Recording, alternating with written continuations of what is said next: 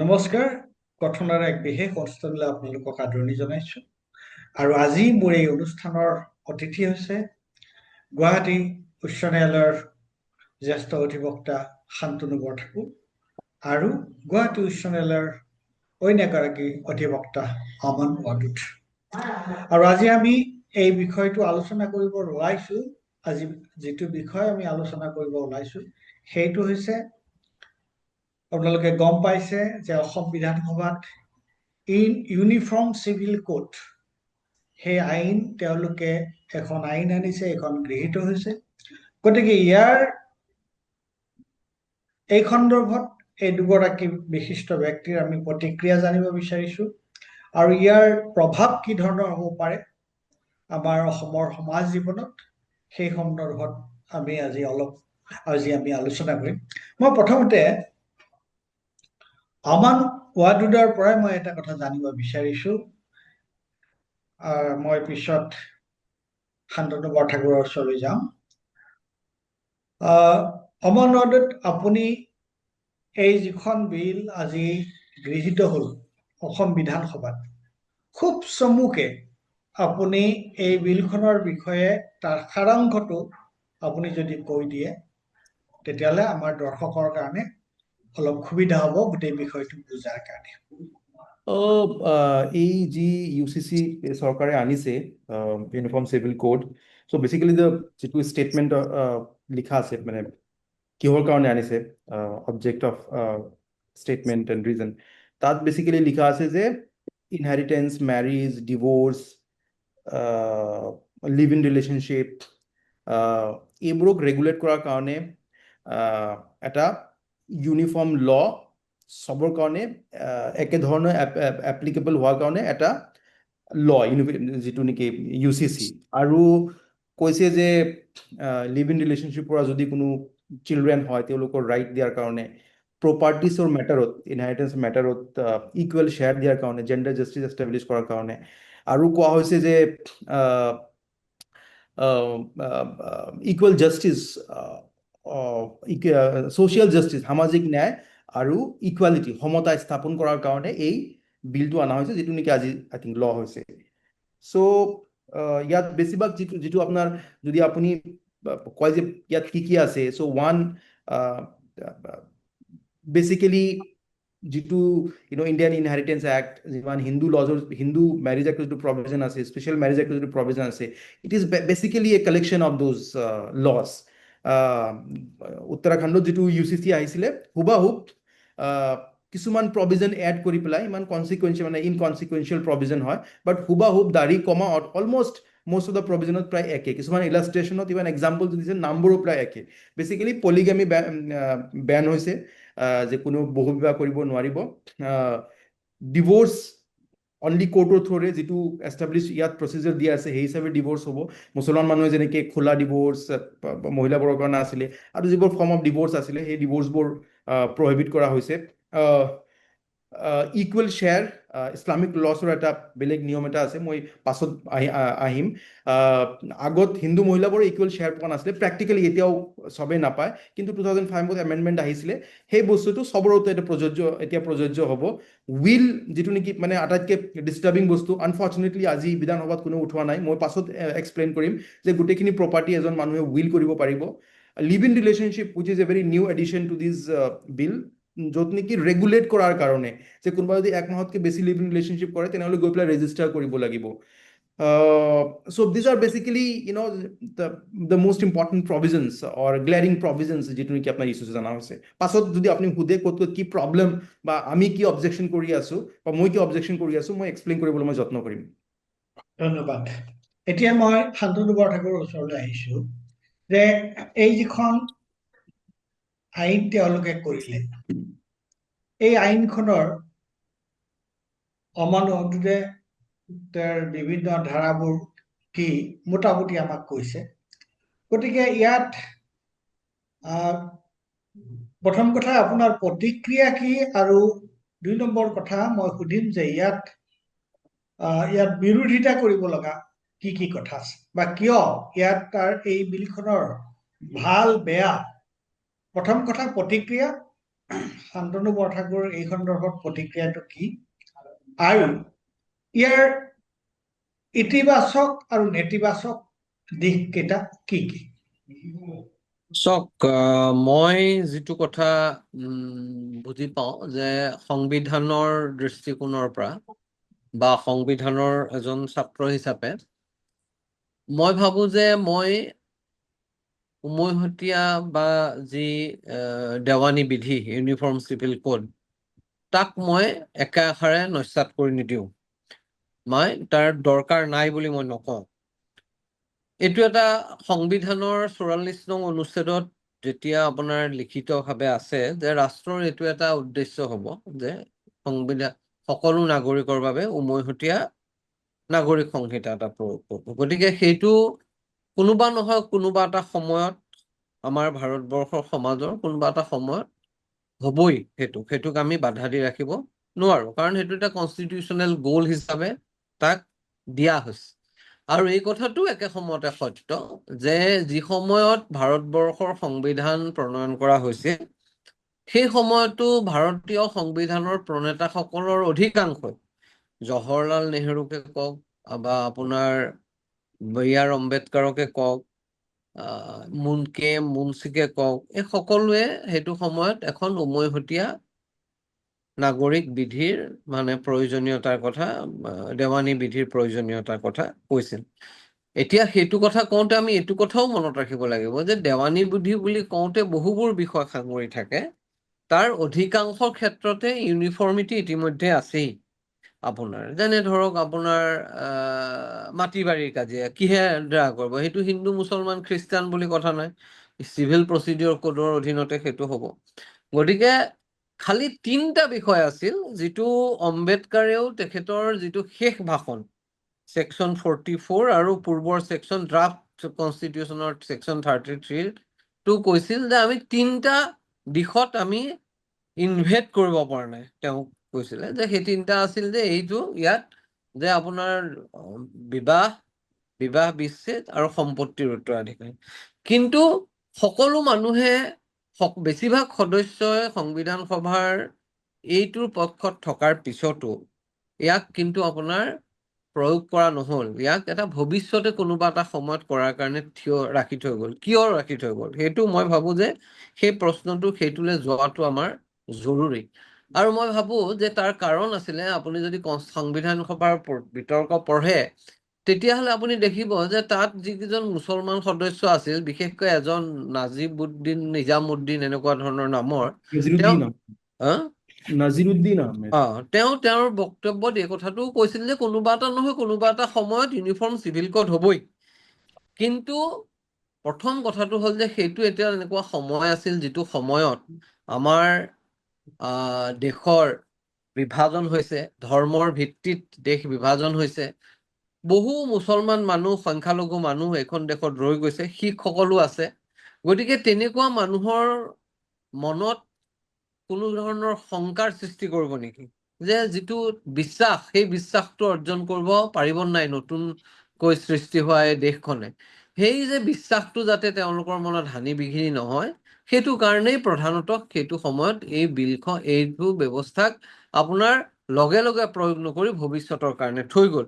আৰু আপুনি যাত বি.আৰ. আম্বেদকাৰৰ শেষ যিটো ইণ্টাৰভেনশ্যন আছে, সেই শেষ ইণ্টাৰভেনশ্যনটো যদি চাই তাতো দেখিব যে তাত এটা ভলণ্টিয়াৰলি সংসদে অনাৰ কথা কোৱা হৈছে, আৰু ভলণ্টিয়াৰলি তাক প্ৰথমতে এই সংখ্যালঘু মানুহে তাৰ অংশীদাৰ হোৱাৰ কথা কোৱা হৈছে।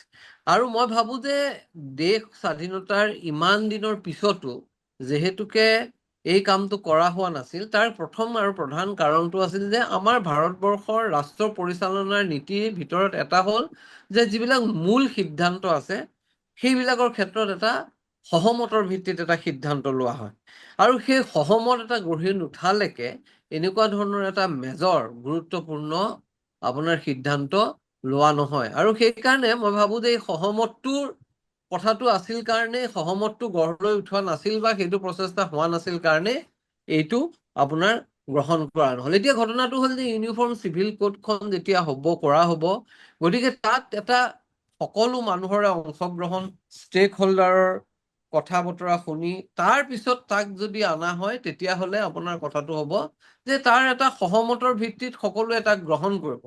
কিন্তু সেইটো যদি কৰা নহয়, আজি যি ধৰণে 3খন ৰাজ্যত এই কামটো কৰা হৈছে, তাৰ অৰ্থটো হ'ল যে তাৰ পৰা আমি এইটো কথাই বুজিব লাগিব যে এটা মেজৰিটেৰিয়ান ৰুলে, ক্ষমতাত থকা মানুহে সংখ্যাগৰিষ্ঠতাৰ মানে জোৰ লৈ যে তেওঁলোকে এইটো আনৰ ওপৰত জাপি দিছে, এনেকুৱা ধৰণৰ কথা এটা। মই ভাবো যে সেই কামটো নকৰাটো মই ভাবো যে প্ৰথম আৰু ডাঙৰ ভ্ৰান্তি এই UCC খনৰ, যিখন ইউনিফৰ্ম চিভিল কোড আনিছে, এইখনক লৈ বিভিন্ন পক্ষৰ লগত আলোচনা বিলোচনাৰ প্ৰয়োজন আছিল। সেইটো নকৰাটো মই ভাবো যে সেইটো নকৰাটোৱে এই যিটো মানে কনষ্টিটিউচনেল স্পিৰিট আছিল, ইয়াক নিৰ্দেশাত্মক নীতিৰ ভিতৰত ৰখাৰ, সেইটোৰ অলপ বিৰুদ্ধে যোৱা যেন মোৰ লাগে।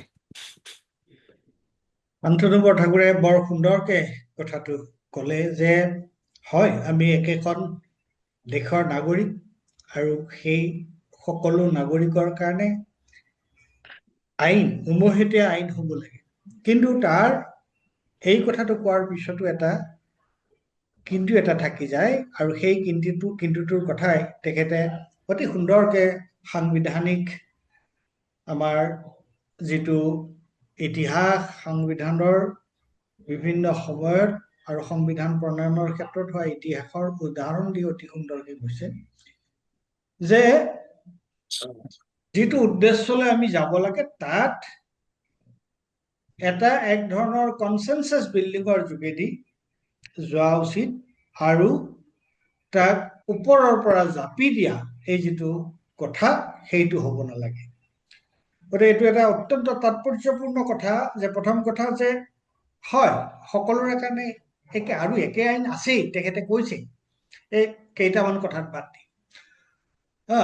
আৰু এটা কমিউনিটিৰ বিষয়ে যেতিয়া এখন আইন কৰা হয়, তেতিয়াহ'লে সেই কমিউনিটিটোৰ তেওঁলোকৰ লগত কথা বতৰা, আলোচনা বিলোচনা বা তাৰ যোগেদি তেনেকুৱা ধৰণৰ এটা প্ৰক্ৰিয়াৰ যোগেদি কৰা হ'লে অসুবিধাটো ক'ত আছিল। এতিয়া মই আমাৰ আমান ৱাটুডৰ ওচৰলৈ আহিছো যে শান্তনু বৰঠাকুৰে অভাৰঅল তেওঁ আউটলাইন এটা দিছে, সম্যক ধাৰণা এটা দিছে ইয়াৰ ইতিবাচক নেতিবাচক দিশ সন্দৰ্ভত। আপোনাৰ ক'ব লগা কি? আপুনি এই যিটো এই আইনখনৰ আইনখন আপুনি আজি মই যেতিয়া আপোনাৰ লগত কথা পাতিছিলো তেতিয়া কৈছিলে যে আচলতে UCC সম্পৰ্কত অসম বিধানসভাত যি ধৰণৰ আলোচনা হ'ব লাগিছিল, এই বিষয়টো সন্দৰ্ভত সেই ধৰণে আলোচনা নহ'ল, বিষয়টোৰ গোটেইকেইটা দিশ সামৰি আলোচনা হোৱা নাই। গতিকে এতিয়া আমাৰ এখন অসম বিধানসভা নহয়, এইখন এখন আলোচনা, আমাৰ 3জন মানুহ, কিন্তু আমাৰ scope is quiet wide upon. আমাৰ ইয়াত আলোচনা কৰাৰ কোনো অসুবিধা নাই।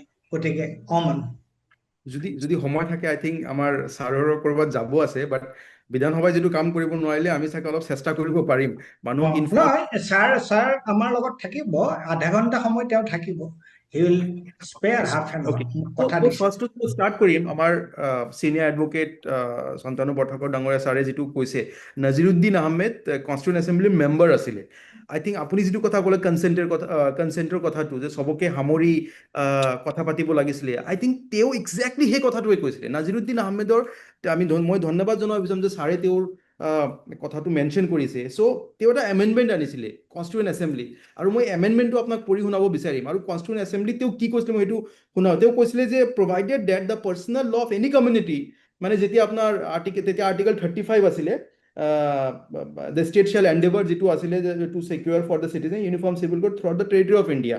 নাজিৰুদ্দিন আহমেদ এমেণ্ডমেণ্ট এনেকৈ ধৰণে মুভ কৰিছিলে যে that to Article 35 the following proviso should be added. Proviso add কৰিবলৈ কি proviso? Provided that the personal law of any community which has been guaranteed by the state shall not be changed except with the previous approval of the community as certain with such manner as the union legislation may determine by the law. এতিয়া তাৰ পাছত তেওঁ কৈছে নিজৰ ভাষণত যে as I have already submitted, the goal should be towards uniform civil code. নাজিৰুদ্দিন আহমেদৰ ভাষণ যেটো বাট শান্তনু বৰঠাকুৰে কৈছিল বৰঠাকুৰ ছাৰে এইটো কৈছে বাট it should be gradual and with the consent of the people concerned. I have therefore in my amendment suggested that the religious law regulating to a particular community should not be affected except with their consent to be ascertained in such manner the parliament may decide by the law. মই আৰু supplement কৰিব বিচাৰিম যে হেদিনাখনে যেটো conclusion হৈছিলে লাষ্টত I mean মাজত K M Munshi Krishnaswami Ayyar তাৰপাছত B R Ambedkar very important তেওঁ কৈছে my second observation is to give them an assurance মানে মাইনৰিটি যিমান মানুহে কৈছিলে যে আমাৰ ইউচিচি নালাগে তেওঁলোকক কৈছে I quite realize their feelings in the matter, but I think they have read rather too much into Article 35, মানে যেটো গৈ পেলাই Article 44 হ'ল, which merely proposes that the state shall endeavor মানে কি চেষ্টা কৰা, endeavor to secure a civil court for the citizen of the country. It does not, I repeat, it does not say that after the code is framed, the state shall enforce it upon all citizens merely because they are citizens.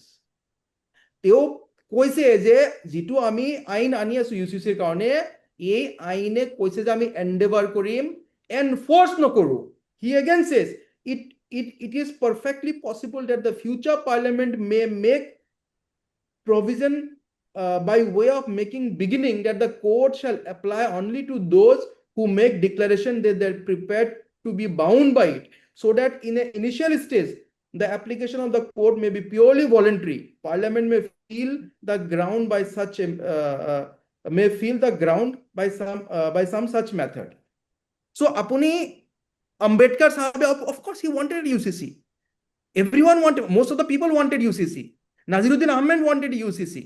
But ইয়াত কথাটো কি ধৰণে কৈছে আপুনি চাওক সংবিধানৰ যেটো মানে তেও ড্ৰাফটিং কমিটিৰ চেয়াৰম্যান আছিলে আমি সবে আম্বেদকাৰ নাম লও আজিও বহুজনে লৈছে তেও নিজে কৈ আছে যে ইটস এন এন্ডেভাৰ এনফোৰ্স কৰা নহব আৰু আগত আমি এনেকো হ'ব পাৰে যে পাৰ্লিয়ামেন্টে ইউচিচি আনিলে কিন্তু যাৰ ওপৰত ইম্পোজ যাৰ ওপৰত এটো হ'ব ইমপ্লিমেন্ট হ'ব তেও আমি ক'ব পাৰো যে আপোনালোকে ভলান্টাৰিলি ইনিশিয়াল স্টেজত যোনে ভলান্টাৰি লব বিচাৰে লক ৰাইট এতিয়া কি হৈছে আপোনাৰ এই সৰকাৰে যেটো ইউনিফৰ্ম সিভিল কোড আহিছে প্ৰবলেমটো ক'ত হয় প্ৰবলেমটো ইয়াত হয় যে যেতিয়া বিজেপিয়ে ইউচিচিৰ কথা কয় বহুত মানুহে জাঙুৰ খায় তাৰ জেনুইন ৰিজন আছে there is a genuine reason এইটো যে আপোনাক মই গুটেইখিনি কথা কনস্টিটিউশন অ্যাসেম্বলিৰ কথা আপোনাক পঢ়ি শুনালি নাজিৰুদ্দিন আহমেদ সাহেবৰ কথা বাবা সাহেব আম্বেদকাৰ সাহেবৰ কথা এই যেটো ইউচিচি আনিছে কোনো ধৰণৰ কনসালটেশন নাই কাৰো কনসাৰ্ন লোৱা হোৱা নাই উত্তৰাখণ্ডত যেটো ইউচিচি বিজেপি সৰকাৰে আনিছে সেম কপি পেস্ট কৰিছে ইয়াত দুই এটা প্ৰভিজন তেওঁলোকে এড কৰিছে সেম থিং আৰু most of the research চাই most of the Uttarakhand UCC is derived from Hindu Marriage Act, from the Indian Succession Act, Hindu Succession Act, the Special Marriage Act.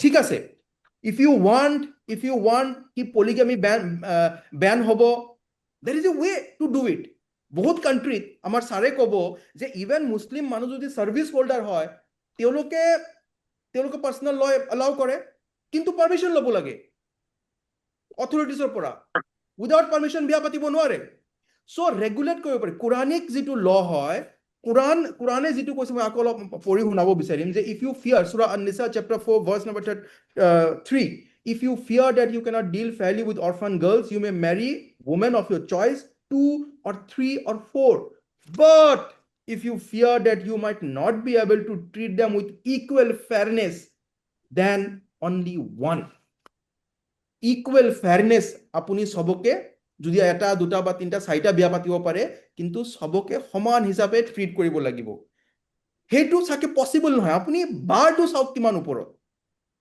look at the bar that has been set equal fairness গতিকে restriction আনিব পাৰিলেহেঁতেন ইয়াত space আছিলে মুছলমান সম্প্ৰদায়ৰ মানুহেও আই think ইমান দিনে এইবোৰ বস্তু ৰেগুলেট কৰিব লাগিছিলে আমাৰ যিবোৰ নেতা আছিলে যিবোৰ সংগঠন আছিলে এইবোৰ বস্তু ৰেগুলেট কৰিব আছিলে সাহাবানু জাজমেন্টৰ পাছত যিটো ৰিয়াকশ্যন আহিছিলে সেই জাজমেন্টটো ৰং আছিলে মুছলিম কমিউনিটিৰ পৰা সেই বস্তুটো গোটেই বিজেপিয়ে ৰাম জন্মভূমি মুভমেন্টৰ আগত এই গোটেই বস্তুৰ ওপৰত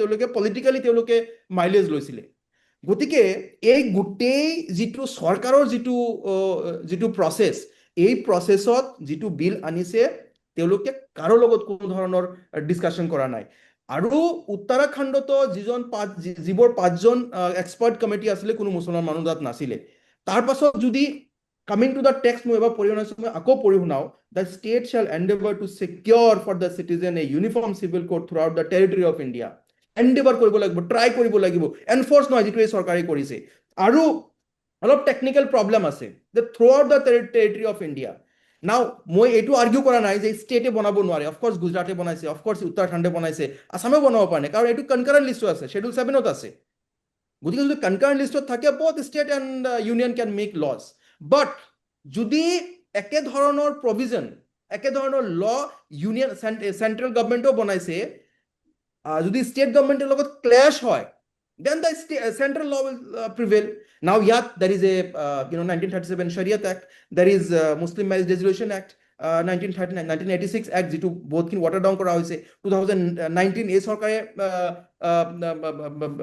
মুছলিম মেৰিজ প্ৰটেকশ্যন অফ কিবা এটা আইন আনিছে গোটেই মই লৰ্ড নাম okay Muslim marriage protection of rights on divorce act 1986 এইটো বাট 2009তো এই চৰকাৰে আইন আনিছে গতিকে যদি ক্লেশ হয় দেন হোৱাট দেন মানে আৰ্টিকল 254 ইজ ভেৰি ক্লিয়াৰ যদি ক্লেশ হয় চেন্ট্ৰেল ল উইল প্ৰিভেল য়েছ প্ৰভাইজো আছে যে প্ৰেচিডেণ্টৰ পৰা এছেণ্ট ল'ব লাগিব এইটো এছেণ্টটো দিব নাই সেইটো আকৌ দেৰ is a question that central government will decide again যিটো হাৰি দেখাইছে মানুহে ইমান বেছি এনচিয়াছ কিয় হৈ যায় ইউচিচিৰ কথা কোৱা পাৰ্টিকুলাৰলি মুছলিম কমিউনিটিৰ মানুহে কাৰণ তেওঁলোকে গোটেইখিনি বস্তু পলিটিচাইজ কৰা আৰম্ভ কৰে যোৱা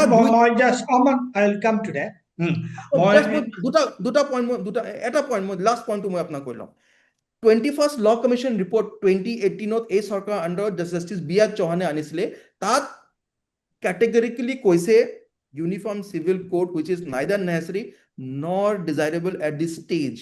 So what was this crying hurry এতিয়া আনাৰ কাৰণে আকৌ কৈছে most countries are now moving towards recognition of difference not necessarily uniformity difference and the mere existence of difference does not imply discrimination but is indicative of a robust democracy. This is very clear the difference was celebrated also yes যদি কিবা discriminatory law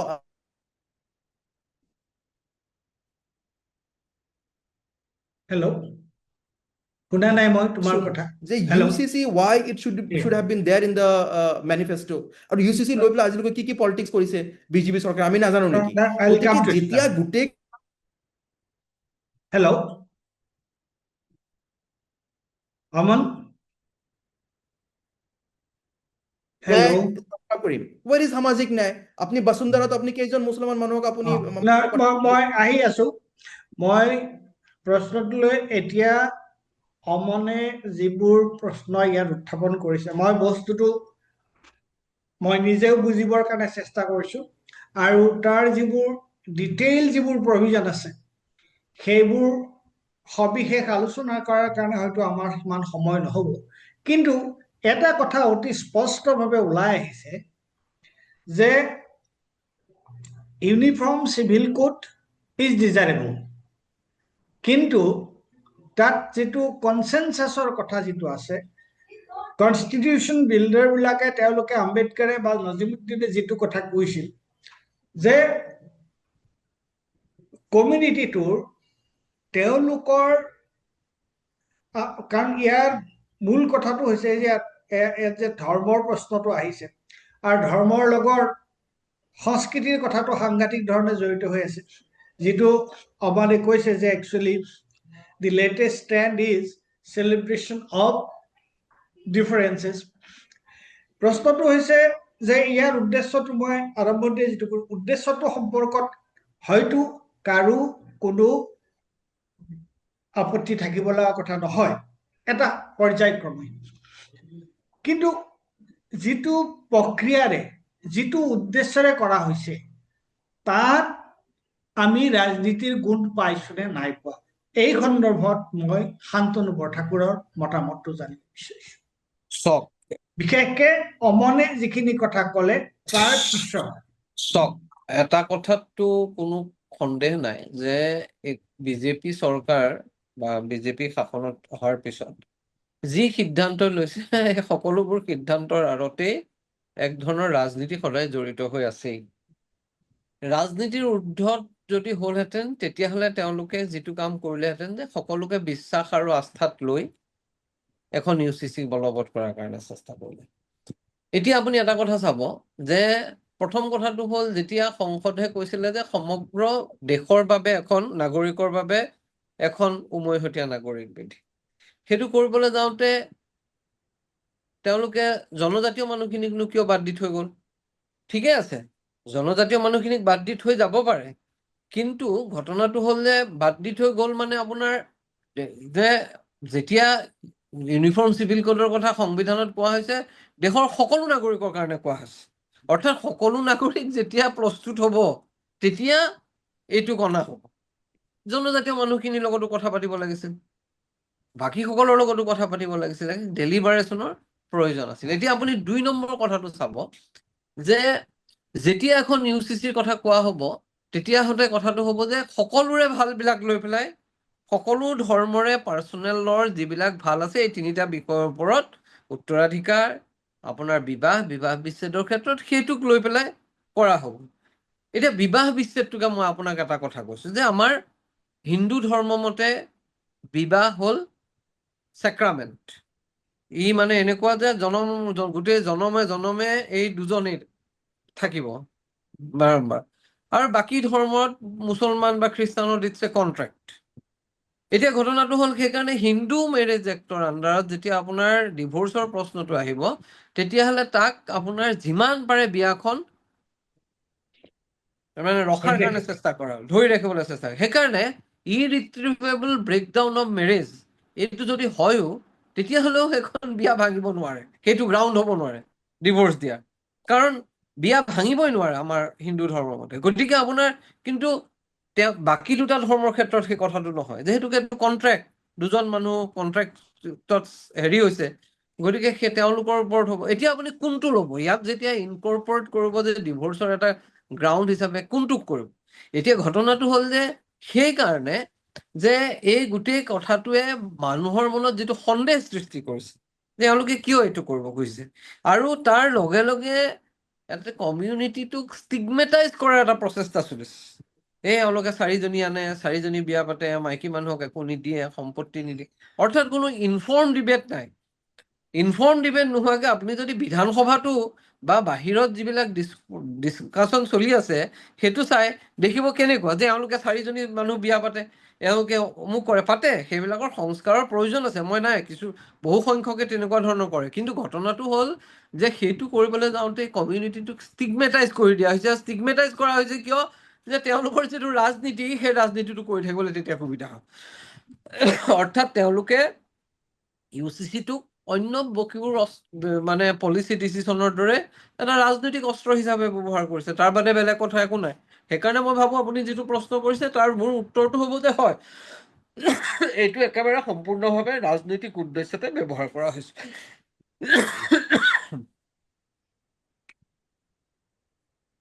সেইখিনিয়ে মোৰ কথা। এতিয়া শান্তনু বৰঠাকুৰে ইমান সুন্দৰকে কথাটো ক'লে যে এই হিন্দু মেৰেজ এক্টৰ যিটো প্ৰশ্নটো, এতিয়া হয় বিয়া হৈছিলে, হয় দাদা কওক। দুটাৰ মাজত অকমান মোৰ কাহ আহিছিলে। বিয়া হৈছিলে, কিন্তু নেটৱৰ্কটো তাৰ বিয়া হ'ল বুলিয়েই তেওঁলোকে যদিহে পত্নীৰ কথা স্বামীৰ লগত নিমিলে, যাব স্বামীৰ লাগে। কথা পত্নীৰ লগত নিমিলে, তেতিয়াহ'লে তেওঁলোকে যুগ যুগান্তৰ ধৰি তেওঁলোকৰ এখন সংসাৰে তেওঁলোকৰ কাৰণে আচলতে বিষময় হৈ যাব। গতিকে সেইটো এটা অত্যন্ত গুৰুত্বপূৰ্ণ প্ৰশ্ন। আৰু যদি কন্ট্ৰেক্ট হয়, ইটছ এ কন্ট্ৰেক্ট, এই কন্ট্ৰেক্টটো আমি 2টা পক্ষই যদি সন্মতি প্ৰকাশ কৰে তেতিয়াহ'লে তেওঁলোকে এইখন কণ্টেক্টটো ৰাখিব পাৰে আৰু তেওঁলোকে এই কণ্টেক্টটো ভাগিবও পাৰে। গতিকে ইয়াৰে প্ৰগতিশীল দৃষ্টিভংগী কোনটো হ'ব? বৰ্তমান যিটো সমসাময়িক যিটো পৰিস্থিতি তাৰ সেই সন্দৰ্ভত ইয়াত প্ৰগতিশীল দৃষ্টিভংগী কোনটো হ'ব সেইটো কথাও আমি চোৱা দৰকাৰ। আৰু আমনে যিটো কথা কৈছে আৰু সেইটো আমি পাইছো, মই আজিকালি আৰু বিধানসভাৰ বা লোকসভাৰ বিতৰ্ক শুনাৰ ধৈৰ্য বা ৰুচি নোহোৱা হৈ গৈছে, কিন্তু তাৰ মাজতে যিবোৰ কথা শুনিছো তাততো এইটো পৰ্যায়ত এইবোৰ কথা আলোচনাই হোৱা নাই, তাত এই পৰ্যায়ত এই কথাবোৰ আলোচনাই হোৱা নাই। আজি মোৰ লগত দুগৰাকী অধিবক্তাই যি ধৰণে তাৰ দিশটোৰ বিভিন্ন দিশ তাৰ ঐতিহাসিক প্ৰেক্ষাপটত আলোচনা কৰিছে, এই কথাবোৰ আলোচনাই হোৱা নাই তাত।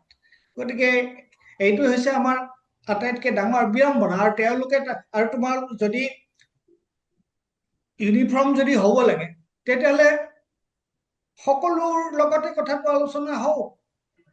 জনজাতীয় লোকসকলক কিয় বাদ দি থোৱা হ'ল? তাৰ কাৰণটো কি? জনজাতীয় লোকসকলক কি কাৰণে বাদ দি থোৱা হ'ল শান্তনু বৰঠাকুৰ? নহয়, চাওক, জনজাতীয় মানুহে এইটো খুব সহজে মানি নললেহেঁতেন, প্ৰথম কথাটো হ'ল। আৰু তেওঁলোকৰ এটা ভোটৰ ৰাজনীতিৰ কাৰণে জনজাতীয়টো তেওঁলোকৰ কাৰণে এটা অতি দৰকাৰী, তেওঁলোকৰ ভোটৰ ৰাজনীতিৰ ফালৰ পৰা। জনজাতীয় মানুহে তেওঁলোকৰ কাষ্টমাৰী প্ৰেক্টিচবোৰ এতিয়াও এৰি দিব পৰাকৈ নিজক সাজু কৰি তুলিব পৰা নাই। গতিকে সেইকাৰণে মই ভাবো যে এইটো যিটো কৰিছে মই সেইটো ভুল কৰিছে বুলি মই নকওঁ, কিন্তু ঘটনাটো হ'ল যে যদি এইটো ভাল, যদি এইটো অতি দৰকাৰী, তেতিয়াহ'লে সকলোৰে কাৰণে সেইটো দৰকাৰ। বুজিছে না? মই বুজি কথাটো পাইছো হ'ল যে এইটো। গতিকে তেওঁলোক তেওঁলোকে যিহেতুকে এইটো কৰা নাই, যে তেওঁলোকে জানে যে এইটো কৰিলে তেওঁলোকে কমিউনিটি এটাক ছিগমেটাইজ কৰিব নোৱাৰিব, গতিকে সেইটো উদ্দেশ্যৰ কাৰণে তেওঁলোকে জনজাতীয়সকলক বাদ দি দিছে। গতিকে তেওঁলোক সেইটো কৰিলে তেওঁলোকৰ মই তোমালৈ আহিছো, সেইটো কৰিলে তেওঁলোকৰ ভোটৰ ৰাজনীতি ক্ষতিগ্ৰস্ত হ'ব। স্পষ্ট কথা ক'বলৈ হ'লে সেইটোহে। এতিয়া অমানুৱাটোত যে ইয়াৰ যিটো আপুনি পলিটিকেল তাৰ যিটো ইমপ্লিকেশ্যনৰ কথা ক'বলৈ গৈছিলে, মই তাতে ৰখাই দি মই শান্তনু বৰঠাকুৰৰ পৰা এই কথাটো আলোচনা কৰা কথাটো মই তাৰ কাৰণে শান্তনুৰ মতামতটো মই ল'ব বিচাৰিছো। এতিয়া নাই, আজি মুখ্যমন্ত্ৰী ডাঙৰীয়াই কৈছে, এই কোনোবা এজনে ছাজেষ্ট কৰিছিলে যে ট্ৰাইবেলৰ ওপৰত কিয় এই লটো এপ্লিকেবল নহয়, এক্সেমশ্যন কিয় দিয়া হৈছে। তেতিয়া মুখ্যমন্ত্ৰী ডাঙৰীয়াই কৈছে যে ট্ৰাইবেল মানুহৰ মাজত বহু বিবাহ নাই নহয়, কেঞ্চাৰ য'ত আছে তাতহে কেমোথেৰাপি দিয়া হ'ব, আৰু কিবা কিবি কৈছে এইটো বিষয়ত। এতিয়া মই আপোনাক কওঁ, চাওক, আপুনি যদি ডেটা চায়, national family health survey data 5, যিটো নেকি 2019-20 বৰ্ষত আহিছিলে, সেইটো মতে পলিগামী, বহু বিবাহ মুছলমানৰ মাজত 1.9%, অল অভাৰ ইণ্ডিয়াত 1.9%, হিন্দুৰ মাজত 1.3%। কিমান বছৰ আগত বেন হৈছিলে? আজিলৈকে 1.3%। ট্ৰাইবেল মানুহৰ মাজত 2.4%। মোৰ ডেটা নহয়, national family health survey data, and if my memory serves me right, তেতিয়া মোদী চৰকাৰ আছিলে। আৰু দিছ ইজ কোৱাইট অবভিয়াছ, মানে এইবোৰ জেনুইন ডেটা হয়। গতিকে মুখ্যমন্ত্ৰী ডাঙৰীয়াই যিটো কথা কৈছে সেই কথাটো সঁচা নহয়। বাট মই এইটো ক'ব বিচাৰিছো নেকি যে ইম্প'জ কৰা হওক? নহয়, ইউনিফৰ্ম চিভিল কোড কাৰো ওপৰত ইম্প'জ কৰা নহওক, ফ'ৰ্চফুলি কাৰো ওপৰতো এপ্লিকেবল হ'ব নালাগে, ট্ৰাইবেলৰ ওপৰতো হ'ব নালাগে। চৰকাৰে যদি কয় যে আমি ছ'চিয়েল জাষ্টিছ আনিম, ইকুৱেলিটি আনিম, জেণ্ডাৰ জাষ্টিছ আনিম, তেনেহ'লে ছাৰৰ আৰ্গুমেণ্ট ইজ কাৰেক্ট। তেনেহ'লে আপোনালোকে ট্ৰাইবেল মানুহক কিয় বাদ দিব? ST মানুহক কিয় এক্সেমশ্যন দিব? তেওঁলোকৰ মাজত ছ'চিয়েল জাষ্টিছ নালাগে নেকি? ইকুৱেলিটি নালাগে নেকি? জেণ্ডাৰ জাষ্টিছ নালাগে নেকি? যদি চৰকাৰৰ আপুনি আৰ্গুমেণ্টটো আপুনি ফ'ল' কৰে, গতিকে this is a very hypocritical argument by the government. আৰু ইণ্টাৰেষ্টিং ডেটা মই এটা দিছোঁ, আছামৰ national family health survey data 3, 2005-2006, মুছলমানৰ মাজত 6.9 আছিলে 2005-06 বৰ্ষত দেই, হিন্দুৰ মাজত 2.1%। নাও interesting part, national family health survey data 5, 2019-20, 15 বছৰ পাছত মুছলমানৰ মাজত 3.6, হিন্দুৰ মাজত 1.8। লুক এট দ্য কিমান ড্ৰপ হৈছে, প্ৰপৰচনেটলি কিমান তললৈ নামি আহিছে। 6.9ৰ পৰা 3.6। এই সময়ত পলিগামী বেন আছিলে নেকি? নাছিলে। চেঞ্জ কি হৈছে? Economic condition. চেঞ্জ কি হৈছে? শিক্ষাৰ হাৰ বাঢ়িছে, ছ'চিয়েলি মানুহবোৰ আগবাঢ়িছে। গতিকে দিজ আৰ দ্য ফেক্টৰ্ছ। আৰু despite the fact that there is a blanket ban among Hindus, এতিয়ালৈকে 1.8 হৈ আছে। এতিয়া প্ৰব্লেমটো ক'ত? I am not advocating for polygamy. কোৰাণক মই আপোনাক প্ৰভিজন, আৰু মোৰ হিচাপে কিছুমান এক্সপাৰ্টে এইটো আৰ্গিউ কৰে that the spirit of Quran is monogamy. কাৰণ যিটো ষ্টেণ্ডাৰ্ড ৰেজ কৰা হৈছে উইথ ইকুৱেল ফেয়াৰনেছ, সেই ষ্টেণ্ডাৰ্ডটো মিট কৰা সম্ভৱ নহয়। আপুনি এটাতকৈ বেছি পত্নীক আপুনি ইকুৱেলি ফেয়াৰলি আপুনি ট্ৰিট কৰিব নোৱাৰে। গতিকে the spirit for me is monogamy. But মই আপোনাক প্ৰেক্টিকেল কথাৰে আপোনাক বুজাবলৈ চেষ্টা কৰিছোঁ। এই আইনৰ দ্বাৰাই, UCCৰ দ্বাৰাই মেৰিজৰ যিটো এজ, সেইটো মহিলাৰ কাৰণে 18, পুৰুষৰ কাৰণে 21। Well and good. আপুনি যদি মোক ইণ্ডিভিজুৱেলি সোধে, মই ক'ম যেতিয়ালৈকে ছোৱালীয়ে ইকনমিকেলি ইণ্ডিপেণ্ডেণ্ট নহয় বিয়া হ'ব নালাগে। মোৰ ভিউ এইটো। কিন্তু মোৰ হিচাপতো সমাজ নচলে। সমাজ কিদৰে চলি আছে? চাইল্ড মেৰিজ প্ৰহিবিশ্যন এক্ট আছে 2006ত। তাত child marriage is not void.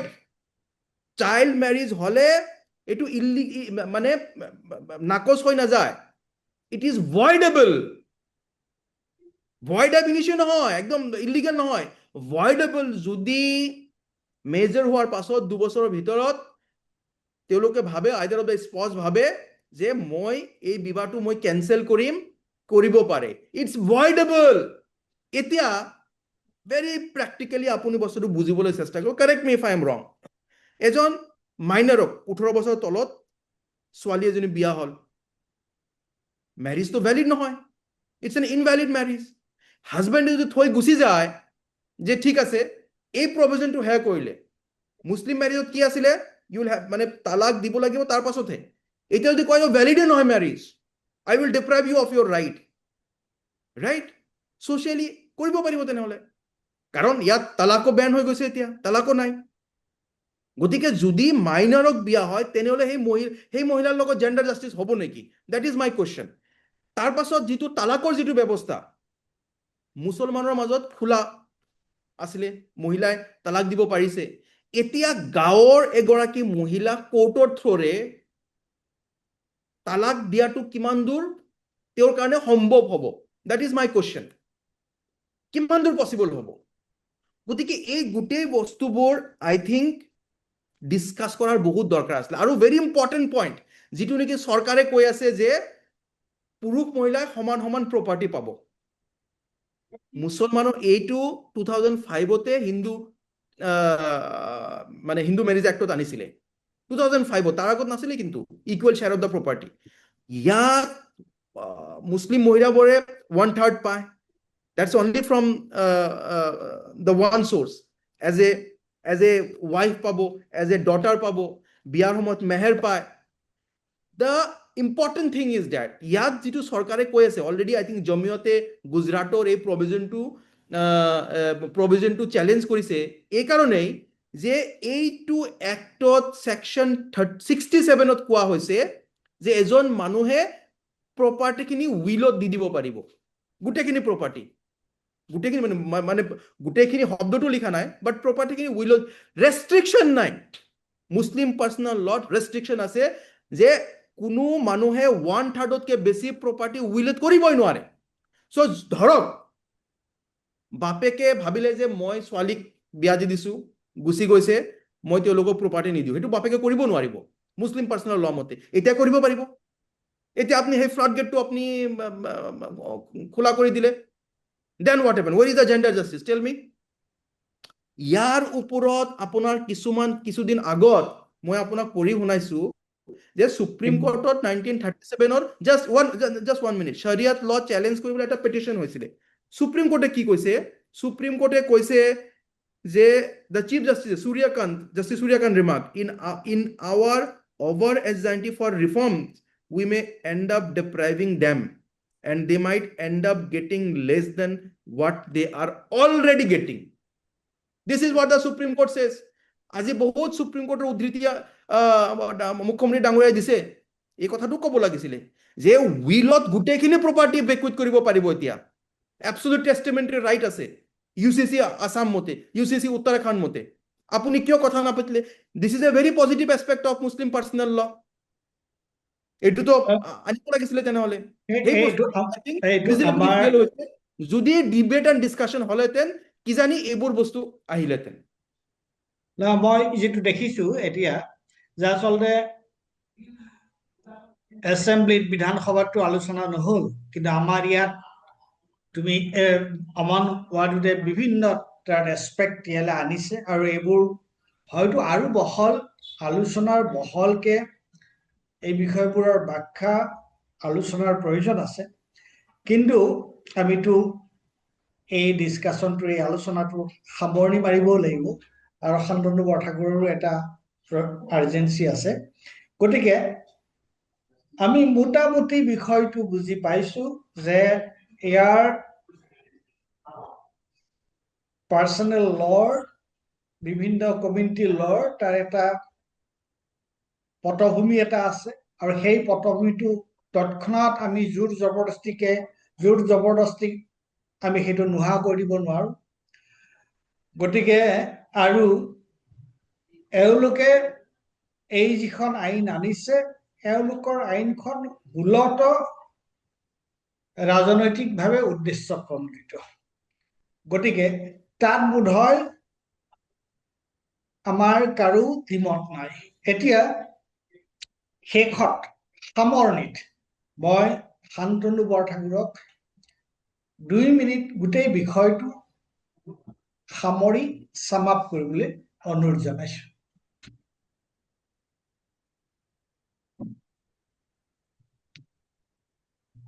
তুমি খুলি দিছে। এইখিনি কথা আমি পাতিলো, তাৰ পৰা এটা কথা ইতিমধ্যে ওলাই আহিছে যে এইটো এটা হুৰমুৰকে কোৱা কাম, প্ৰথম কথা। দ্বিতীয় কথা, ইয়াৰ আঁৰত প্ৰকৃত সংস্কাৰতকে ৰাজনীতি কৰাৰ উদ্দেশ্য বেছি। তৃতীয় কথা, উমৈহতীয়া দেৱানী বিধি এখনৰ প্ৰয়োজন আছে, প্ৰয়োজন নথকা নহয়।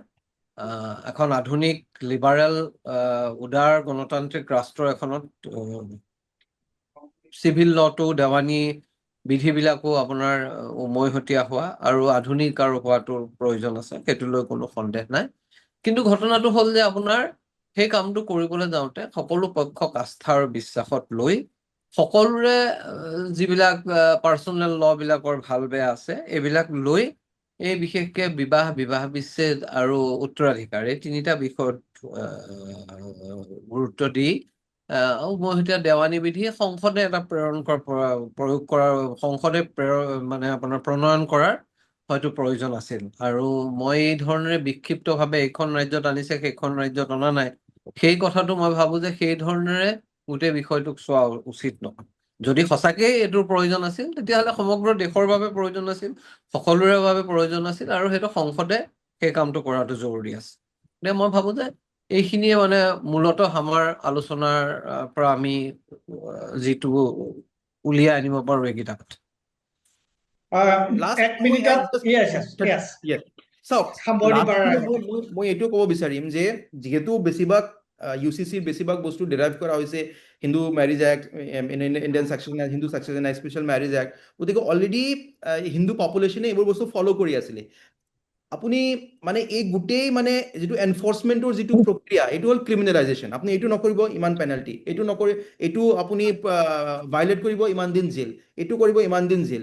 গতিকে যিহেতু মুছলমানৰ মাজত কিছুমান বস্তু চলি আছিলে, তালাকৰ এটা ব্যৱস্থা আছিলে। আই ৰিপিট, মই ইয়াত ক'ব বিচাৰোঁ যে ট্ৰিপল তালাকটো আগতে বেন হ'ব, ট্ৰিপল তালাকৰ কথা কোৱাই নাই মই, নৰ্মেল তালাকৰ এটা ব্যৱস্থা আছিলে, সেইটো যদি এতিয়া কৰে ক্ৰিমিনেলাইজ হ'ব। বহু বিবাহটো আই কেন চে অনলি 3.6%, এইটো 5 বছৰ আগৰ ডেটা, এতিয়া আৰু কমি আহিছে চাগে। ইয়াত আকৌ ক্ৰিমিনেলাইজেশ্যন। গতিকে যিকোনো বস্তু আপুনি ৰেজিষ্টাৰ কৰিব লাগিব মেৰিজ, গাঁৱৰ মানুহবোৰ আহি পেলাই কেনেকৈ ৰেজিষ্টাৰ কৰিব, তাৰ কাৰণে কি ব্যৱস্থা হ'ব, ডিভোৰ্চ আকৌ ৰেজিষ্টাৰ কৰিব, বুজি ভেৰি আননেচেচাৰী থিং। চ' যিকোনো বস্তু আপুনি যদি আপুনি ভাইলেট কৰে, that is a criminalisation for everything. So' enforcement কৰাৰ কাৰণে the weapon is criminalisation. So' ultimately মুছলমান মানুহৰ ওপৰত এইটো বেছি মানে হেভি হ'ব, আৰু মানে ক্ৰিমিনেলাইজেশ্যনটো বেছি হ'ব, মানে মানুহৰ এগেইনষ্টত কেছটো বেছি হ'ব। ফৌজদাৰী যিবোৰ কেছ থাকে, ক্ৰিমিনেল যিবোৰ কেছ হ'ব, এইটো মুছলিম মানুহৰ এডভাৰ্চলি এফেক্ট হ'ব। যদি এই বস্তুটো অলপ কথা বতৰা পাতি মানে মানুহৰ লগত ডিছকাশ্যন কৰি যিধৰণে সংবিধানৰ প্ৰণেতাবোৰে কৈছিলে সেই হিচাপে যদি কৰিলেহেঁতেন আই থিংক এইটো পচিবল। ইয়াত মই ক'ব বিচাৰিম যে আমাৰ মুছলমান সমাজেও ইমান দিন যে হৈছে যে কিছুমান ৰিফৰ্ম যে আনিব লাগিছিলে, আই থিংক তাৰ কাৰণেও আই থিংক আমাৰ কালেক্টিভ ফেইলিয়াৰো হয় এই কিছুমান বস্তু ঠিক কৰাৰ কাৰণে। চ' মই সেইটোও I want to put on record. এইটো গুৰুত্বপূৰ্ণ কথা, আৰু এইটো সঁচাকে দুখ লগা কথা যে মানুহক লিবাৰেল আইডিয়াজ তেওঁলোকক দিয়াৰ উদ্দেশ্য সেইটো দেখাত সেই ধৰণৰ কথা কোৱা হৈছে, কিন্তু আচলতে এটা জনগোষ্ঠীক তেওঁলোকক এটা ক্ৰিমিনেল এটা দৃষ্টিভংগীৰে তেওঁলোকক অপৰাধীৰ দৰে তেওঁলোকক চোৱাৰ যিটো দৃষ্টিভংগী, নামত তেওঁলোকক ক্ষমতা দিয়া, তেওঁলোকক সকলোকে সমান কৰা, এই ধৰণৰ কথা, সকলোৰে মাজত ইকুৱেলিটি আনা, সমতা আনা, কিন্তু উদ্দেশ্যটো হৈছে কিন্তু ভয় বা ভীতিগ্ৰস্ত কৰা। তাতকে দুখ লগা কথা একো হ'ব নোৱাৰে। গতিকে ইউনিফৰ্ম চিভিল কোডৰ সন্দৰ্ভত এটা নিৰ্দিষ্ট সময়ত সকলোৰে সন্মতি লৈ পেলাই কৰাত কাৰো আপত্তি কৰিবলৈ কথা নহয়, আৰু এই ক্ষেত্ৰত কমিউনিটি বিলাকৰ তেওঁলোকে অমন বাদুৰে যিটো কথা কৈছে সেইটোও গুৰুত্বপূৰ্ণ কথা যে কমিউনিটিৰো এটা ৰেছপন্সিবিলিটি আছে। শিক্ষা বা চাকৰি সংস্থান এইবিলাক আগবাঢ়ি যোৱাৰ লগে লগে এইবোৰ কমি আহিছে, ডাটাই দেখুৱাইছে, তথ্য পাতিয়ে দেখুৱাইছে। গতিকে কমিউনিটিটোৰ ইয়াত এটা অত্যন্ত গুৰুত্বপূৰ্ণ ভূমিকা আছে, কিন্তু এইবোৰ কথা বিবেচনা নকৰি কেৱল ৰাজনৈতিকভাৱে উদ্দেশ্য প্ৰণোদিতভাৱে এই কামটো কৰা আৰু তাক এটা অস্ত্ৰ হিচাপে লোৱাটো বা অস্ত্ৰ হিচাপে ব্যৱহাৰ কৰাটো, এইটো কিন্তু অত্যন্ত দুখৰ কথা, পৰিতাপৰ কথা। যিয়ে নহওক অসম বিধানসভাত এই বিষয়টো লৈ যি ধৰণৰ আলোচনা হোৱা নাছিল, মই ভাবো যে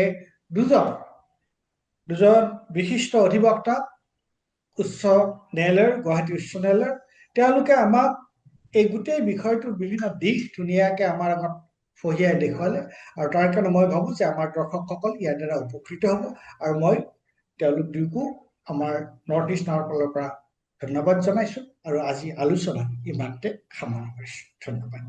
ধন্যবাদ।